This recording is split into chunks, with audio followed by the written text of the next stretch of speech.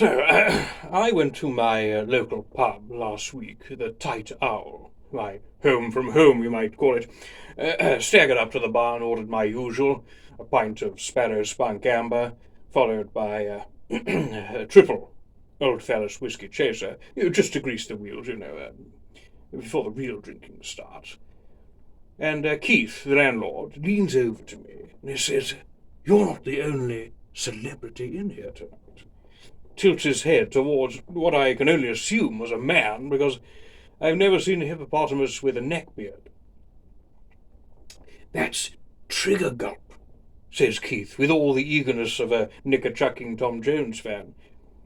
"What's a Trigger Gulp when it's taking up 3 bar stools in my favourite boozer?"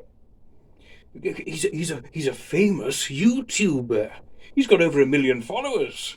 Well, wouldn't know if I slammed his fingers in the door. And I know a thing about being a famous YouTuber. My 2 subscribers are very loyal. "Oh, he does all these sort of challenges. People love it," Keith says. "Food challenges, mainly. Hashtag hot wings." "I'm not sure about hash browns and hot wings, Keith. That sounds like the breakfast from hell." "He makes a mint doing it," he says. Now, my prick ears up when I hear mention of moolah, of course. "Are you serving curries tonight, Keith?" I ask, a plot formulating in my supreme skull computer. Well, of course, it's Thursday, isn't it? I never keep track of days, so I ignored the question. "How much money would you put down, Keith, my old son, on me being able to eat more curries than that adolescent Leviathan?" Now, I realize I could have challenged him to anything, but in all honesty and sympathy, I couldn't take him on in a drinking contest. I mean, for heaven's sake, it would be against all human rights laws that we have left in this country. Cruel and unusual torture. I had 6 whiskies before I came out that night, just to get my eye in.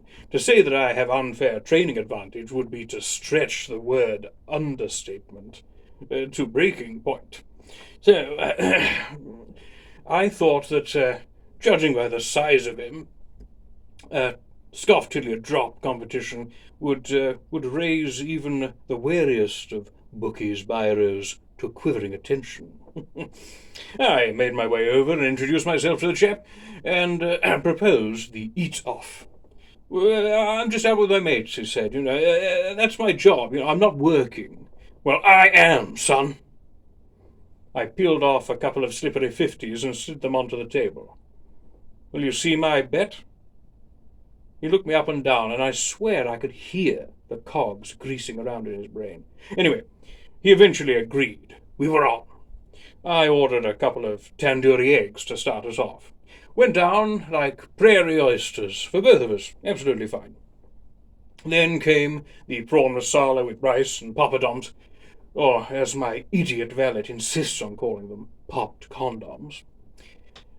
Still, both of us absolutely fine. We're of a size where that sort of dish barely touches the sides. However, of course, with each progressive course, they got larger and significantly hotter. By the 7th jalfrezi, with chili naan, my eyes were beginning to mist up, and by the time we had the jalapeno fries with Boona dipping sauce, the riverbanks burst. I mean, my cheeks were drenched in tears, sweat, and quite possibly blood. I don't know how my enemy was doing across the table. I couldn't see him for the steam coming off my own nipples. Apparently, the gastronal upset was so vocal from me that Keith was landed with a noise abatement junction thingamajig. It sounded like a toad trying to escape through a washing machine outlet pipe magnified through a moist foghorn. I daren't try and release any of the pressure with a fart, in fear of completely ruining a perfectly good pair of kicks. I mean, you don't want to play that kind of Russian roulette when money's on the table, let alone your dignity. There was no way, if I let rip, that I wouldn't have to leave the table one way or another. My comrade across the table then ordered paprika charred chicken wings with extra Tabasco. Before Keith had even put the things down on the table, I had to tap out and promptly pass out. Oh, I was down 100 knicker and my knickers were drowned in our sweat. Oh, God. Now, I won't go into any grim detail about the digestional aftermath of this ordeal. Suffice it to say, there have been many moments over the last 48 hours when I have seriously been in fear that I am in need of professional medical assistance. I'm not ashamed to admit that I wept a couple of times, and that I am currently sat on a pillow that has been in the freezer. Hashtag God help me. Ooh.